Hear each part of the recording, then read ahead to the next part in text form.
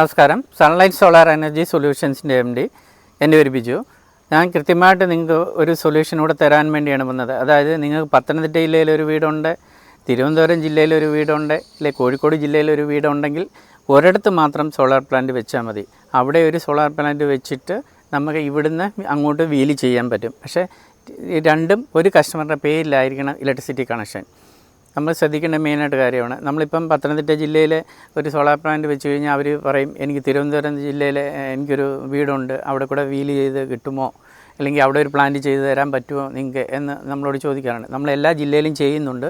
പക്ഷേ നമുക്ക് കൃത്യമായിട്ട് അതിനൊരു അവയർനെസ് കൊടുക്കുന്ന കാരണം കസ്റ്റമറിന് കൂടുതൽ ചിലവ് വരാതിരിക്കാൻ വേണ്ടി ഒറ്റ പ്ലാന്റിൽ നിന്നും 2 കണക്ഷൻ വീല് ചെയ്ത് 2-3 കണക്ഷൻ നമുക്ക് വീല് ചെയ്ത് കൊടുക്കാം. കൃത്യമായിട്ട് നമുക്ക് ബില്ലിൽ കുറവ് ചെയ്ത് കിട്ടുന്നതായിരിക്കും. അത് നമ്മൾ KSEBിയിലെ സെക്ഷൻ ഓഫീസിൽ തമ്മിലുള്ള സിസ്റ്റം വഴിയാണ് ഇത് ചെയ്യുന്നത്. ഞാൻ 27 വർഷം KSEBിയിൽ എംപ്ലോയി ആയിരുന്നു. സബ് എഞ്ചിനീയറായിട്ടാണ് VRS എടുത്തത്. കൃത്യമായിട്ട് ഓരോ അവയർനെസ്സും എനിക്ക് നിങ്ങൾക്ക് തരാൻ പറ്റും. Okay, thank you.